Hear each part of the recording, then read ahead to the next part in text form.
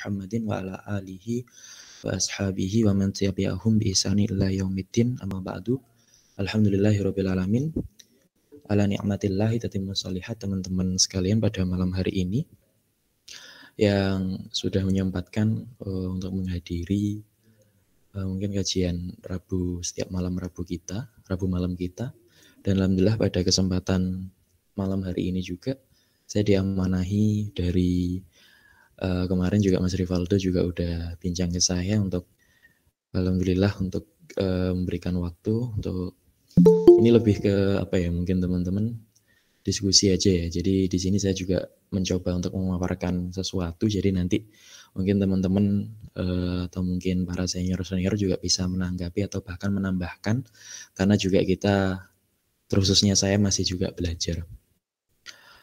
Baik, pada kesempatan pada malam hari ini izinkan saya menyampaikan materi berkenaan tentang tradisi ilmiah dalam Islam, yang mana tentunya kita tahu Islam memiliki berbagai macam kemajuan keilmuan, khususnya pada Islam pada zaman dahulu. Kita tahu bahwasanya Islam sudah berdiri 13 abad. Mungkin yang sudah pernah ingat Islam pernah berjaya dan sebagainya. Islam itu totalnya sudah berdiri 13 abad, dimulai dari 1 Hijriah. Karena tahun 1 Hijriah, karena pada saat itu awal mula hijrahnya Rasulullah SAW dari Mekah ke Madinah yang mengawali berdirinya daulah Islam, atau mungkin kepemimpinan yang dipimpin oleh kaum muslim, dalam arti mungkin Nabi Muhammad dan selanjutnya Khulafaur Rasyidin, dan hingga tahun 1342, yang mana 100 tahun itu sama dengan 1 abad, yang mana 1 abad itu 13 abad, maka sekitaran itu tadi 1300 tahun, yang mana pada kalender Masehinya 1924 yang ditandai berakhirnya keruntuhan Khalifahan Utsmani di Turki khususnya. Yang mana tentunya pada rentang 13 abad ini, kalau kita melihat ke belakang, pada saat itu keemasan Islam sangat berjaya pada saat itu. Karena tentu saja kita tahu bapak kedokteran modern pada saat itu Ibnu Sina, atau nanti ada Ibnu Firnas, atau nanti dan lain sebagainya. Yang mana di sisi lain pada saat yang sama, di tahun kalau nggak salah di tahun Renaissance itu, jadi pada saat yang sama Eropa pada abad pertengahan, yang mana ada beberapa literasi yang menyebutkan abad pertengahan itu adalah nama lain dari yang namanya abad kegelapan pada Eropa. Karena pada masa itu zaman di mana mereka benar-benar tidak tahu yang namanya teknologi, bahkan mewabahnya Black Death ya kalau nggak salah. Itu penyakit yang diakibatkan dari kurangnya sanitasi terhadap mereka. Ini bahas tentang lingkungan ya. Ini bagaimana ketika tikus itu menjadi media dari penyakit, yang mana tikus tersebut menyebarkan penyakit kepada orang-orang sekitarnya, sehingga penyakit bermutasi sampai akhirnya menyebabkan kematian, bahkan itu kematian terbesar dalam sejarah, karena orang mati itu sudah bergelimpangan, seperti mungkin kita melewati masa-masa COVID kemarin. Tapi Black Death lebih parah karena pada saat itu masa-masa yang sangat konservatif, karena kalau sekarang kan sudah modern, dan mana Eropa pada saat itu sedang dihadapkan dengan masa yang seperti itu. Namun di sisi lain kita memiliki sejarah yang sangat luar biasa. Maka diceritakan ada namanya kota 1001 malam, itu yang namanya di daerah Baghdad sana. Namun di sisi lain, di luar Baghdad tersebut, Eropa benar-benar tidak tahu menahu soal yang namanya penemuan lampu. Bahkan ada satu cerita, saking mungkin menghormatinya kaum muslim terhadap dunia luar, dalam arti mungkin Eropa dan lain sebagainya, jadi pernah menghadiahkan kepada mungkin pendeta atau mungkin yang di sana menjadi tokoh gitu, dihadiahkan sebuah jam, yang mana jam tersebut ketika tepat jam 12 atau jam berapa yang sudah di setting itu keluar alarm, atau mungkin kalau sekarang itu burung biasanya, jadi yang ketika jam berapa itu keluar burungnya tidur gitu. Nah, pendeta pada saat itu atau mungkin tokoh yang pada saat itu melihat hal tersebut dianggapnya sebagai sihir, karena ini hal yang sangat mustahil, kita tidak tahu hal seperti ini, dan bahkan menganggap hal tersebut itu mungkin ya tidak boleh dipakai dan lain sebagainya. Itu mungkin satu cerita yang menggambarkan masa Islam itu ibaratnya kita digdaya ya, atau mungkin kita memiliki sejarah yang sangat besar pada saat itu. Dan ternyata pada saat ini kita sebaliknya. Ya, kita tahu ada beberapa tokoh. Yang pertama tentu Al-Khawarizmi, kita tahu di pelajaran matematika, statistika dan lain sebagainya, ada rumus aljabar, al-wibrah. Jadi di sini dijelaskan di tahun 781 dan 847. Ada juga Ibnu Khaldun sebagai sosiolog gitu kan ya. Jadi, tahun 1332 sampai 1406. Ada juga Ibnu Al-Haytham penemu dari optik, jadi konsep mata, dan bahkan nanti ada konsep kamera juga mengambil konsep yang dicetuskan dari Ibnu Al-Haytham ini di 965 sampai 1040. Lalu selanjutnya ada Asy'arif Al-Idris, founder dari geografi. Yang mana ini hanyalah bagian kecil daripada saintis-saintis muslim. Ada yang kita tahu Ibnu Sina tadi, Ibnu Firnas yang mengkonsepkan pesawat terbang baik dari mungkin kanan kiri sayapnya. Lalu yang unik di sini adalah di bawahnya ada ayat yang menjelaskan tentang yarfa'illahu alladhina amanu minkum walladhina utul ilma darajat. Jadi muslim saintis tersebut berangkat dari yang namanya ini, dalil ini. Jadi yang mana mereka itu berlandaskan keimanan. Jadi apa itu namanya? Yang barang siapa yang meninggikan agama Allah, maka yang mana dari ilmunya itu tadi ya, atau ilmu darajat itu tadi. Intinya mereka memiliki landasan itu tadi, menemukan sesuatu yang mana untuk meninggikan derajat-derajat mereka. Nah, insya Allah juga bukan derajat dunia yang dicari, tapi derajat yang di sisi Allah. Maka tentunya kalau kita tahu kenapa sih, maka akan timbul pertanyaan, kenapa sih pada zaman dulu itu sesuatu hal sangat mudah, dalam arti mungkin memunculkan ilmuwan-ilmuwan, memunculkan penemu-penemu, memunculkan apa itu namanya profesor-profesor atau mungkin yang setara sekarang itu sangat mudah, karena ada beberapa orang yang tentunya menjawab karena pada zaman dulu Islam itu berjaya, dalam arti mungkin hukum-hukum Al-Quran dan As-Sunnah itu masih diterapkan. Ada juga yang bilang bahwa dulu itu penguasanya itu connect dengan ilmuannya, saintisnya, maka ketika ada satu permasalahan mungkin adanya nasihat, maka ketika itu pemimpinnya apa itu namanya mempertimbangkan, lalu juga langsung mengimplementasikan atau menerapkannya. Jadi saling yang namanya kolaboratif lah ya. Maka jawaban-jawaban itu tidaklah salah. Namun kalau kita telisik lebih dalam, yang namanya tradisi keilmiahan atau mungkin kita memiliki gen dari ilmuwan-ilmuwan muslim, tentunya ada beberapa alasan yang tentunya kita harus dalami. Maka salah satunya nanti ada beberapa poin. Nah, kalau kita mulai dari tradisi, tentunya tradisi ini mengambil dari KBBI, Kamus Besar Bahasa Indonesia.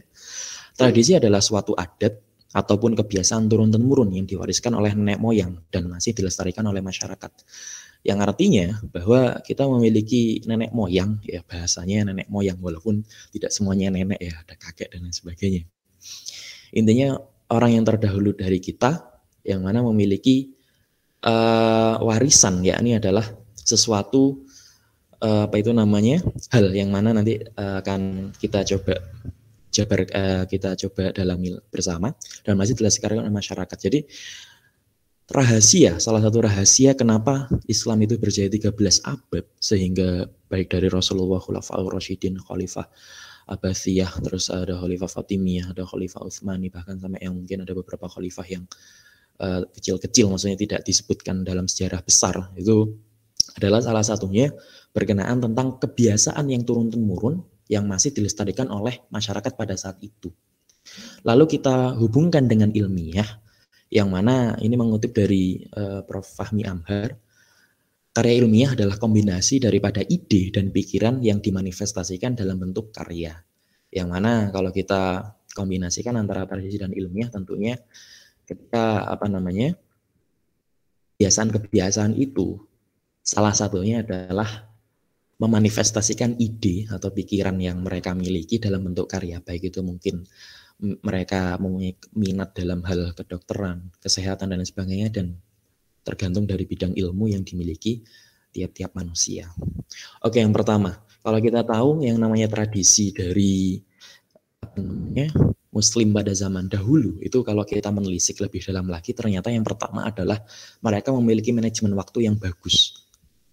Yang maksudnya adalah manajemen yang mereka miliki itu bukan dalam arti belajar 40 menit dan lain sebagainya. Maksudnya bukan secara teknis ya, tapi dalam umum ada salah satu ilmuwan namanya Al-Biruni. Beliau dijuluki sahabat pena, yang mana dimanapun beliau berada, dimanapun Al-Biruni itu berada, beliau itu selalu menuliskan hal-hal yang dianggapnya penting.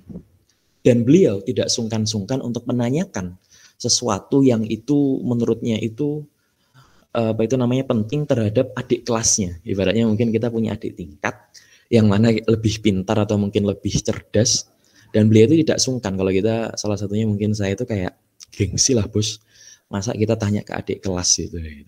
Tapi Al-Biruni itu berbeda. Bahkan Al-Biruni diceritakan beliau itu sampai mendalami ilmu keliling bumi itu. Jadi untuk mengukur keliling bumi itu bahkan sampai ke negeri Hindu atau India. Jadi saking mereka ke sana itu dan menanyakan hal-hal yang mungkin sekiranya dia perlukan. Itu sahabat pena. Jadi sangat mengefektifkan waktu sehingga dia itu dimanapun dia berada itu dia tulis. Ibaratnya itu belajar dimanapun dan kapanpun. Ibaratnya sudah siap notes atau siap pulpen, atau kalau sekarang itu bisa dianalogikan dengan HP ya, yang mana HP-nya juga tidak hanya untuk sosmedan saja tapi juga untuk notes, nulis apapun atau bahkan nanti laptop dan sebagainya. Yang kedua ada Khatib Al-Baghdadi. Jadi Khatib Al-Baghdadi ini juga salah satu ilmuwan yang mana dijuluki sebagai sahabat buku, bestinya buku lah.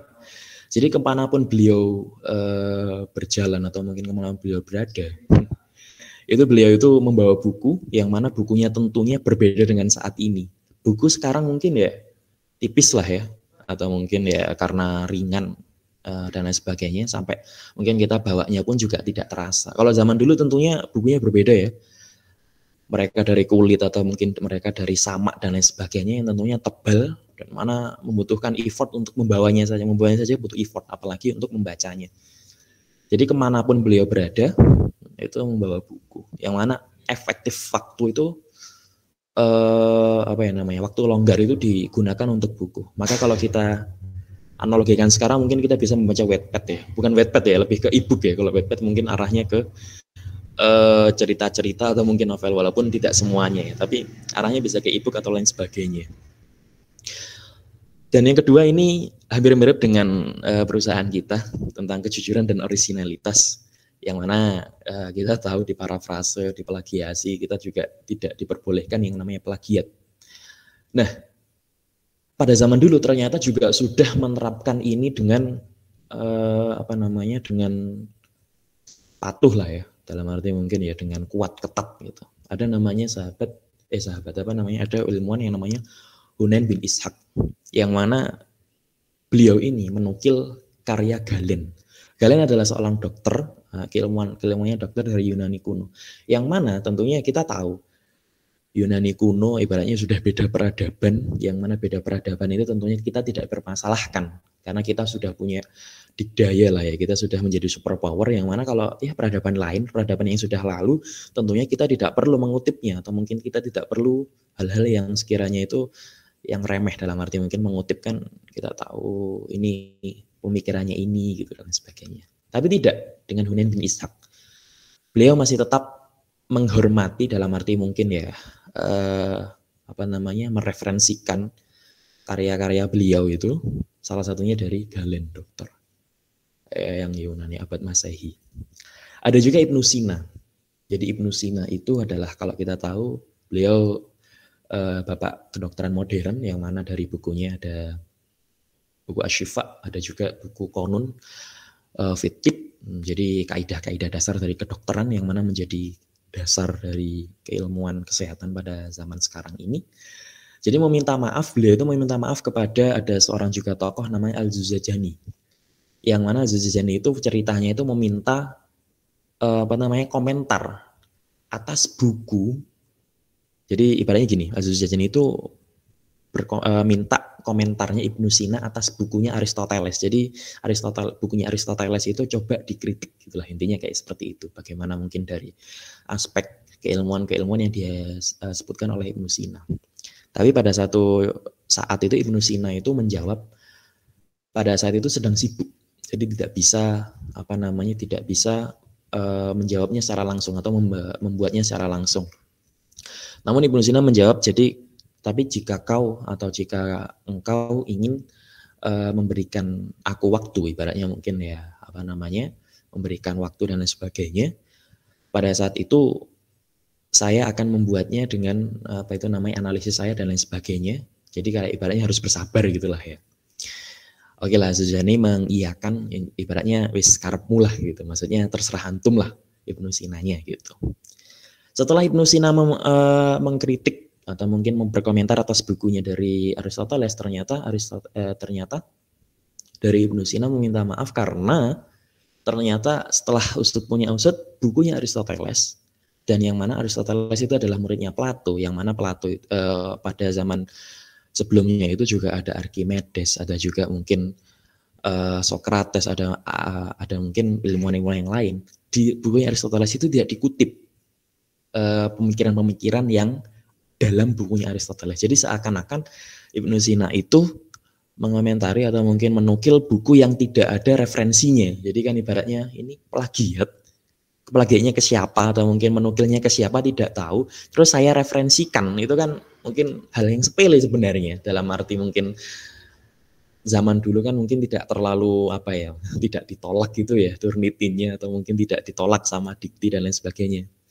Tapi kepatuhannya terhadap ilmu atau mungkin ketatannya terhadap ilmu itu sangat gitu. Makanya pada zaman sekarang itu kejujuran dan originalitas itu sangat dijunjung tinggi ya, dalam arti mungkin sangat langka sekali. Makanya pada zaman sekarang itu ada ilustrasi namanya, ini buku beneran, yang mana buku ini namanya How to Lie with Statistics. Ini ibaratnya itu buku yang kita mengajarkan bisa kok statistik itu dibuat sedemikian rupa semau kita, yang mana tergantung apa yang kita mau. Seperti mungkin apalagi sekarang kan ada sensus penduduk, ada data statistika, kalau nggak salah Mbak siapa kemarin itu yang nyoba ke sensus penduduk gitu. Ya, ini ternyata bisa di how to lie, jadi bisa dibohongi statistika itu. Nah, tapi semoga saja tidak ya. Karena ini ada hal yang sekiranya itu tidak terpuji ya, plagiat itu tadi. Terus yang selanjutnya ada tradisi mencari kebenaran, yang mana tradisi mencari kebenaran itu adalah konsepnya itu diawali dari hadis Rasulullah, yang mana hikmah adalah warisan kaum muslim, maka dari mana saja datang maka ambillah. Jadi kalau diibaratkan itu ilmu itu seakan domba, yang mana domba itu ketika mungkin domba itu masuk ke dalam pekarangan orang, maka ambillah dombamu. Jadi seakan ilmu itu kan sifatnya universal, yang mana ilmu ketika mungkin konsepnya itu seperti ini ilmu. Ketika saya memiliki ilmu atau mungkin Mas Rivaldo memiliki ilmu, ketika dibagikan kepada saya, uniknya ilmu itu tidak berkurang. Jadi Mas Rivaldo itu ngajarin saya misalnya, gini loh Mas, caranya desain. Ya mungkin di PPT memang agak beberapa keberatan, dalam arti mungkin menjadi tantangan tersendiri untuk desain karena sense desain saya kurang. Tapi mungkin Mas Rivaldo gini loh, Mas Izudin caranya desain dan lain sebagainya. Dan Mas Rivaldo ketika memberikan ilmu kepada saya tidak berkurang ilmunya, bahkan ilmunya mungkin lebih menguat. Jadi Mas Rivaldo punya perluasan ilmu. Jadi konsepnya ilmu itu uniknya seperti itu. Lalu selanjutnya adalah landasan pengembangan ilmu kuno dari berbagai peradaban, yang mana pada saat itu umat muslim tentunya sudah mengambil atau mungkin mengadopsi atau mungkin mempelajari lah ya ilmu-ilmu yang di luar dari Islam. dari Yunani, dari India, dari Suriah. Keilmuan-keilmuan yang mana Mesir apalagi gitu kan ya. Peradaban-peradaban daerah itu sudah memiliki keilmuan yang tentunya berbeda-beda ya. Tentunya Mesir dengan arsitekturnya, baik dari mungkin Sphinx dan lain sebagainya, atau mungkin dari suku-suku misalnya Maya, yang mana mereka kan lihatnya dari matahari dan lain sebagainya. Tentunya mereka sudah punya keilmuan-keilmuan dasar seperti astronomi, atau mungkin keilmuan-keilmuan tentang rasi bintang. Itu kan mereka kan tidak didapatkan secara langsung dari Islam. Maksudnya adalah tidak semua daerah Islam itu juga memiliki yang di-expand gitu. Kan daerah-daerah luar. Seperti mungkin India, yang mana kita tahu India, Masya Allah, ternyata India adalah salah satu memiliki sejarah besar, yang mana mereka menghasilkan ilmuwan-ilmuwan matematika, ilmuwan-ilmuwan astrologi, astronomi, dan lain sebagainya. Itu dari Hindu. Jadi Islam ke Hindu untuk belajar. Dan Ibnu Sina, yang mana mencari guru, Palestina, Suriah. Ada juga Al-Biruni tadi, yang mana beliau itu sampai mempelajari Hindu yang dinamakan dengan Hindologi dan astronomi bumi. Bahkan Al-Biruni ketika pada saat itu beliau itu mengukur yang namanya bumi, itu kan gurunya kan banyak. Ada salah satunya gurunya dari Hindia, yang mana India ya, bukan Hindia. Hindia kan kita juga ya, Hindia Selatan. Kok India Selatan? Itulah pokoknya ada kita Hindia. Tapi intinya orang India, yang mana kalau ada fakta yang menarik, ternyata Al-Biruni itu pernah mengukur keliling bumi. Ini ilustrasinya keliling bumi. Keliling bumi diukur itu salahnya ternyata hanya 0,5%. Iya, 0,5% kalau disebutkan itu. Kalau nggak salah kan keliling bumi kan 40 ribu kilometer. Dan ternyata Al-Biruni itu bedanya cuma 200 meter gitu. Jadi kerennya beliau itu saking mungkin mendalami ilmu dari berbagai macam peradaban atau mungkin berbagai macam bidang, sehingga menghasilkan keilmuan yang bisa diakurasikan dengan keilmuan modern. Lalu ini ada yang namanya tradisi kosmopolitanisme dan universalisme. Jadi salah satu rahasia yang dimiliki oleh kaum muslim pada zaman dulu, bagaimana bisa sekeren itu, ternyata mereka itu juga mempelajari itu tadi, hubungannya dengan yang tradisi kebenaran, keilmuan-keilmuan yang sudah ada seperti China. Makanya ada pepatah ya, ini ada yang bilang hadis atau ada yang bilang pepatah, tapi intinya pada saat itu peradaban Cina itu memang ada, benar adanya. Maka tuntutlah ilmu walau ke negeri Cina. Ada yang makalahnya itu utlubul ilma walau bisin pakai shot ya, walau bisin. Jadi tuntutlah ilmu walau ke negeri Cina, yang mana Cina pada saat itu memiliki peradaban yang sudah ada. Salah satunya adalah peradaban kertas. Jadi kalau teman-teman pernah lihat tanaman papirus yang dihidup di air itu, jadi Cina dulu itu membuatnya sebagai kertas. Itu peradaban kalau dulu kan masih pakai sawaan, kulit, terus mungkin daun dan lain sebagainya. Kalau Cina sudah semaju itu, mereka sudah menjadi papirus, dan kaum muslim pada saat itu juga belajar ke sana, bahkan belajar bahasanya juga, bahkan belajar kulturnya juga, budaya dan lain sebagainya. Lalu selanjutnya Islam mengajarkan bukan benda atas batas dimiliki seseorang atau sekelompok ini tadi. Jadi ilmu itu bukan hanya dimiliki oleh segelintir orang, yang mana ketika mungkin Mas Rivaldo punya ilmu desain, walaupun saya belum bisa desain, atau mungkin saya mau belajar desain ke Mas Rivaldo. Jadi Mas Rivaldo bukan mengklaim kalau yang bisa desain hanya saya, yang lain nggak boleh, bukan seperti itu. Karena ilmu juga bisa dipelajari oleh siapapun, yang mana ilmu itu juga bisa disebarluaskan, jadi open source. Jadi juga bisa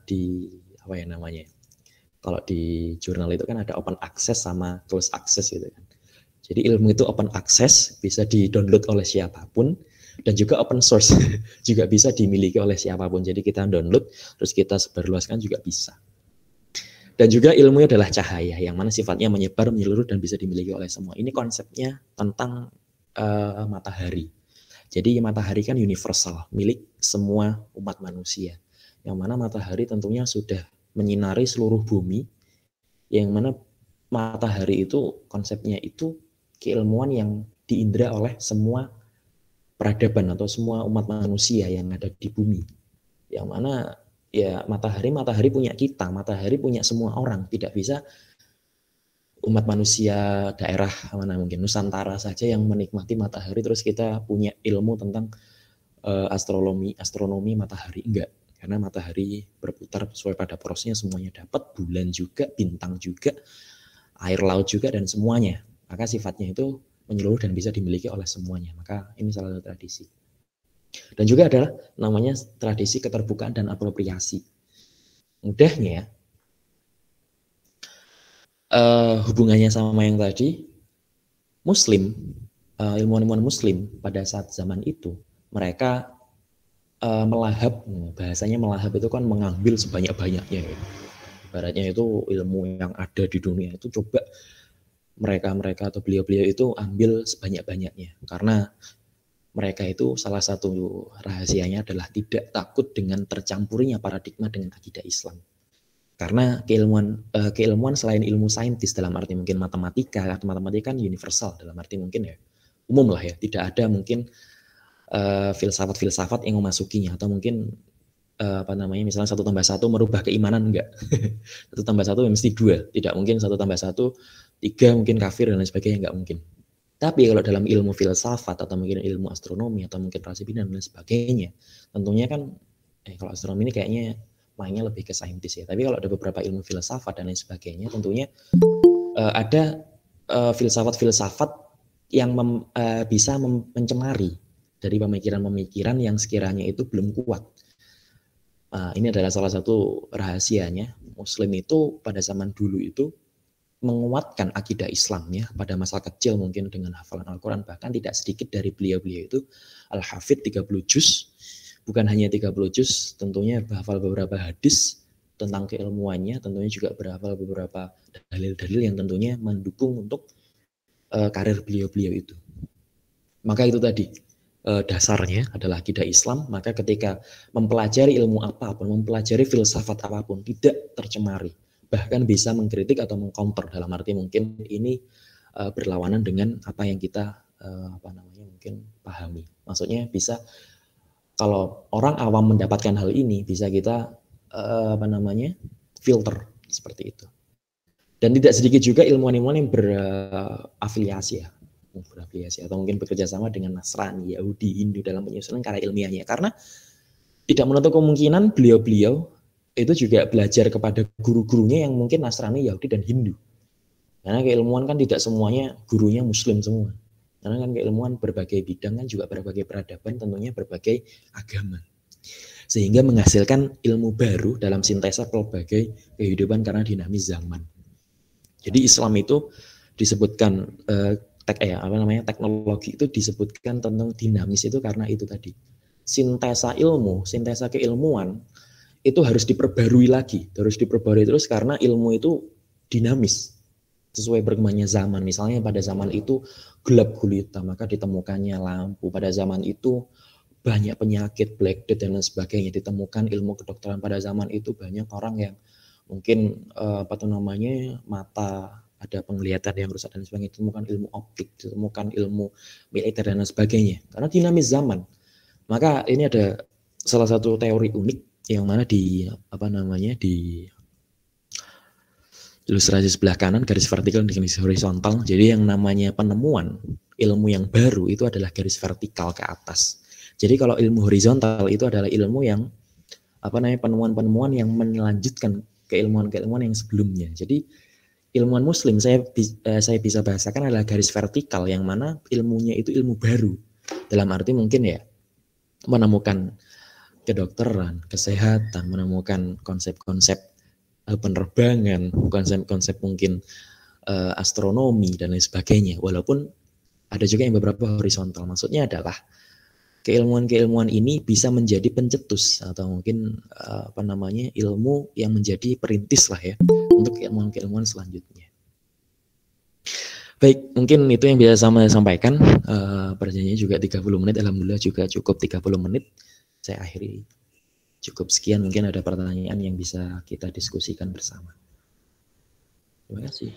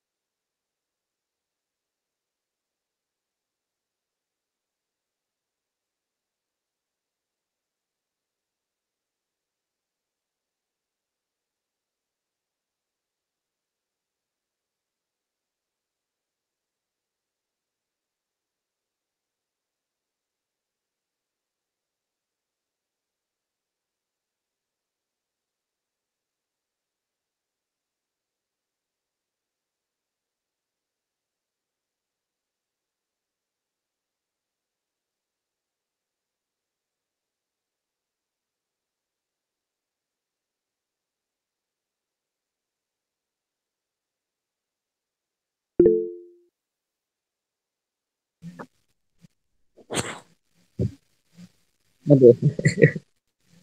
Baik, Mas Lola, terima kasih Mas Rivaldo atas waktu yang diberikan gitu. Sebelumnya juga terima kasih pada pembicara apa namanya terkait ilmu kimia. Sebelumnya saya izin bertanya gitu. Mungkin agak melenceng sih, tapi tidak jauh-jauh dari ilmu gitu ya. Semisal nih kita sebagai apa belajar gitu ya, memberikan ilmu kepada orang lain gitu.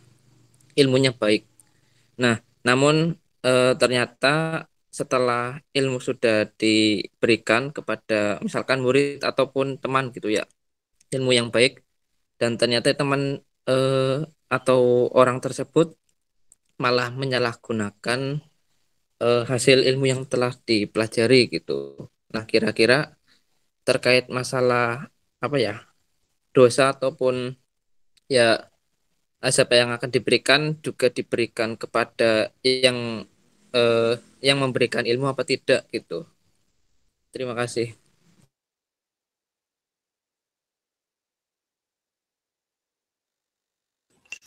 Oke, oke, terima kasih Mas Panji atas pertanyaannya. Ya, sebelumnya mungkin ini pertanyaan lebih cocoknya ke Ustadz Rivaldo ya, karena ini membahas tentang apa dosa atau pahala investasi ya. Ini ilmu yang apa namanya diajarkan malah disalahgunakan atau diselewengkan. Kalau mungkin sepemahaman saya atau mungkin sependek yang saya pahami, ilmu tentunya itu adalah sifatnya apa itu mungkin ya tidak bisa apa namanya tidak bisa diklaim ya kalau misalnya ilmu itu disalahgunakan itu awalnya gini sebenarnya. Jadi ilmu tentunya itu kalau kita ajarkan kepada orang itu tergantung dari niat yang kita ajarkan. Kalau misalnya tentunya Mas Panji mengajarkan misalnya kalau dari saya dengar tadi matematika, ternyata mungkin matematikanya dibuat untuk berjudi, nah, itu kan. Atau mungkin matematikanya hitung-hitungannya dibuat untuk menghitung narkoba dan lain sebagainya, atau mungkin bahkan apa namanya korupsi dan lain sebagainya. Dan tentunya Mas Panji tentunya mengajarkan hal itu bukan berniat untuk hal yang sedemikian rupa gitu kan ya. Kalau yang saya indra jadi seperti itu.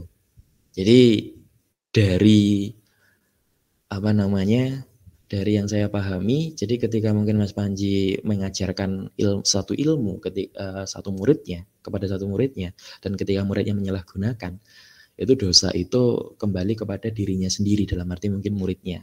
Tapi kalau menurut saya jika ilmunya disebarluaskan dalam arti mungkin kebaikan, insya Allah keilmuan tersebut akan menjadi konsepnya MLM ya, dapat dapat juga gitu yang menyebarkan dan juga tidak mengurangi pahala dari yang menyebarkannya. Atau mungkin nanti bisa Rivaldo bisa menambahkan ya untuk konsep yang seperti ini. Terima kasih.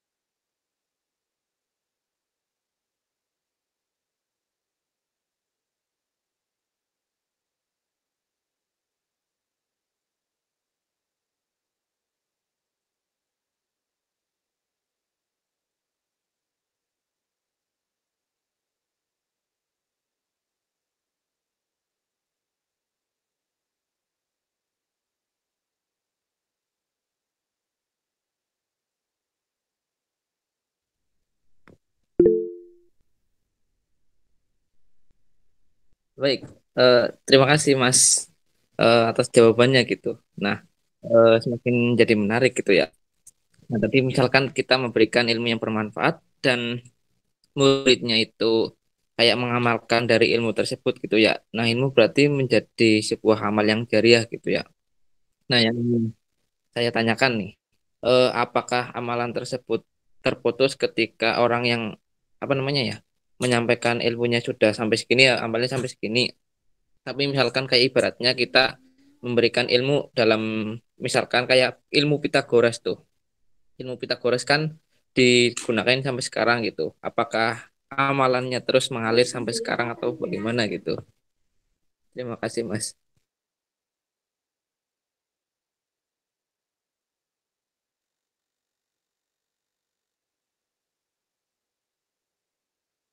Ya, jadi Mas Franky berarti ini pembahasannya lebih baik lagi ya ke arahnya apa yang kotok kotok ilmu itu yang kotok ilmu salatin sudah kojariah ilmu apa waladun soleh dua ilmu nafi itu ilmu nafi itu salah satunya ilmu nafi yang mana ilmunya itu bermanfaat. Jadi ketika kalau nggak salah pertanyaannya gini ya Mas ya, ketika apa namanya terputus ketika ya gitu.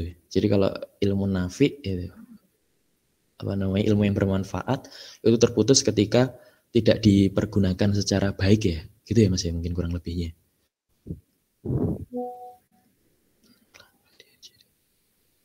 Ya mungkin. Iya saya rasa. Nggih, Pak. Oh iya, Mas. Iya. Jadi bisa ditanyakan. Ya kurang lebih seperti itu pertanyaannya. Jadi kalau menurut saya bisa dikatakan seperti itu. Jadi itu kan ilmu nafi itu kan ilmu yang bermanfaat. Bermanfaatnya itu ketika apa disebarluaskan. Ilmunya disebarluaskan dan bermanfaat bagi orang lain selain dirinya lagi. Jadi misalnya ada murid, muridnya menyebarluaskan lagi dan muridnya dan lain sebagainya, dan seterusnya sehingga ilmu itu bermanfaat sampai pahalanya mengalir. Jadi ketika mungkin amalnya terputus, dalam arti mungkin apa namanya diputusnya ilmu yang bermanfaat itu mungkin bisa dikatakan ketika ilmunya itu tidak digunakan untuk hal-hal yang baik atau mungkin hal-hal yang bermanfaat dalam arti mungkin keburukan dan lain sebagainya.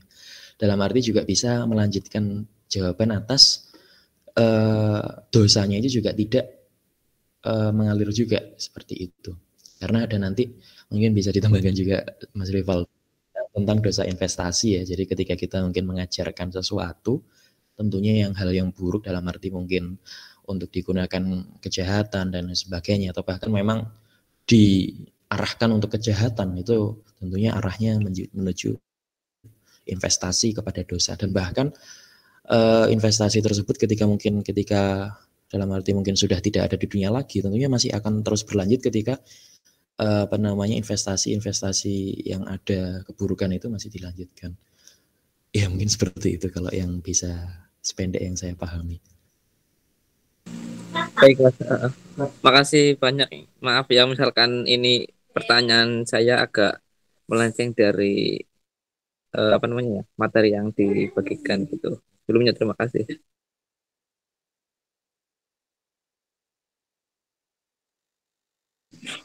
Sudah, Mas. Sudah bisa ditangkap. Terima kasih.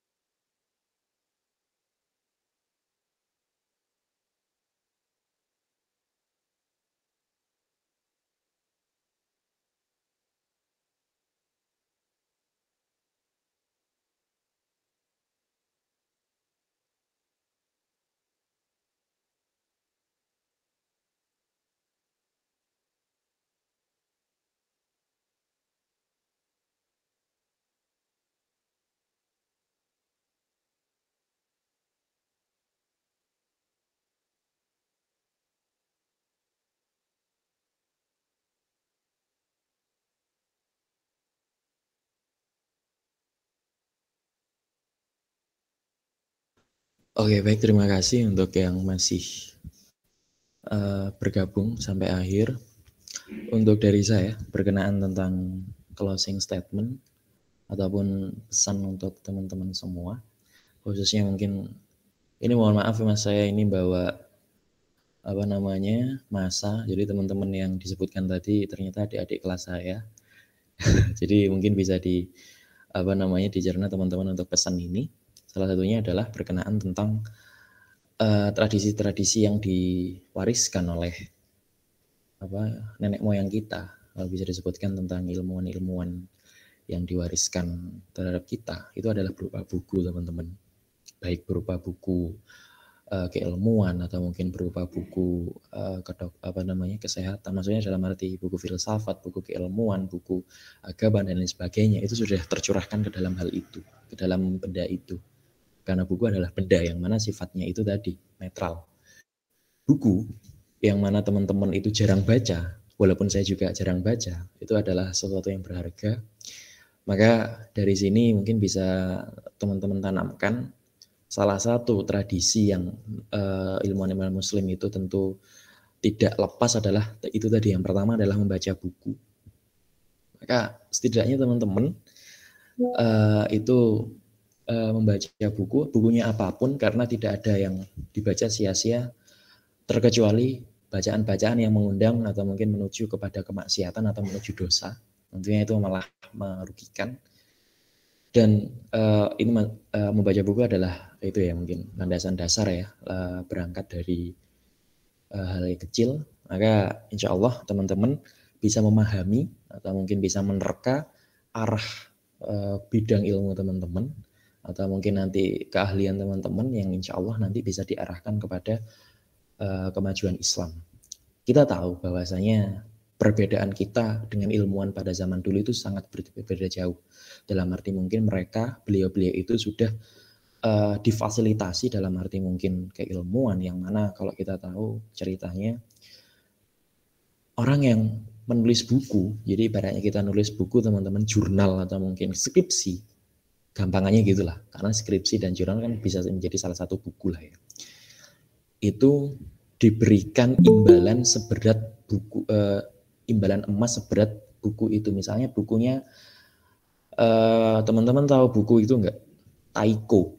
Jadi ceritanya tentang sejarah itu tebal banget, atau mungkin buku apa ya, mungkin teman-teman tahu Api Sejarah lah, atau mungkin buku yang tebal-tebal yang beratnya bisa 0,5 kilo, itu pada zaman saat itu diberikan gantian imbalan atas bukunya itu dengan emas seberat bukunya itu. Itu salah satu imbalan yang wah, ini kan kalau kita nulis buku apa enggak kaya mendadak gitu kan ya. Tapi pada saat zaman itu tidak mengejar hal itu. Ada lagi mungkin musafir itu enggak healing teman-teman. Jadi dulu itu ada yang namanya musafir, seperti mungkin salah satunya Imam Syafi'i atau Ibnu Sina dan ilmuwan lain tentunya itu yang kita sebutkan tadi, itu adalah banyaknya adalah musafir yang mana beliau itu berkelana keilmuan. Dan musafir-musafir ini difasilitasi oleh apa namanya, ada yang namanya masjid, yang mana masjid itu sudah menjadi tempat tinggal. Jadi bisa tempat tinggal di sana gratis, bisa difasilitasi makan dan lain sebagainya. Ibaratnya kan satu fasilitas yang kita tidak mikir kalau kita mau jalan-jalan ke Jogja aja, atau mungkin mau jalan-jalan ke Malang aja, kan kita mikir kita nanti nginep di mana ya hotelnya.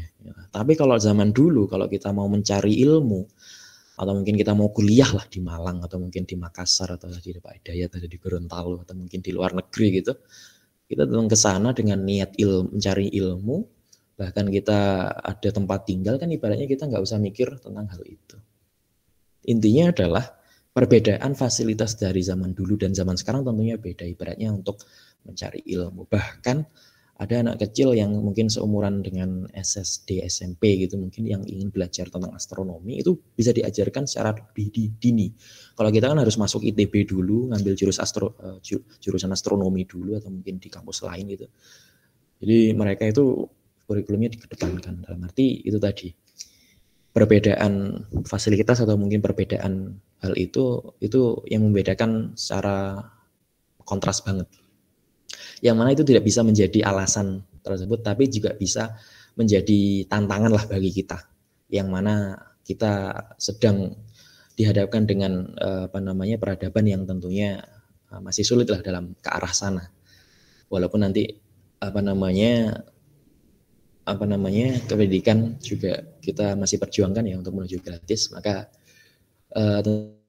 terus berjuanglah untuk menuntaskan, atau mungkin kita berjuang keluar dari zona yang mungkin serba mungkin berbayar dan lain sebagainya, kemajuan Islam itu tadi. Jadi perbedaan juga tidak menjadi halangan. Tadi juga yang mungkin yang terakhir untuk pesan dari teman-teman, tetap dalam barisan pejuang ilmu, yang mana ilmu itu kalau katanya Jerome Pauline itu, belajar ilmu apapun itu tidak akan merugikanmu, gitu kan ya. Bahkan belajar nyanyi aja kita kan juga bisa hafal nyanyi. Kita belajar gitar, kita bisa belajar nada, belajar apapun itu kita mesti tidak ada ruginya.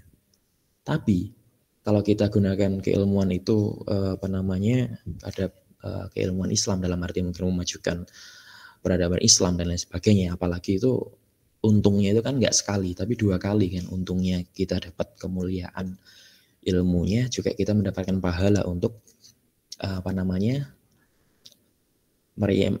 merealisasikan dari yarfa'illahu alladhina amanu minkum wa alladhina utul ilma darajat. Jadi kan kita mendalami ilmu, maka Allah juga meninggikan derajat kita. Mungkin cukup sekian yang bisa saya sampaikan. Ada pepatah yang terakhir, Mike Tyson menaik kelopo, cukup semanten aturan kula. Assalamualaikum warahmatullahi wabarakatuh.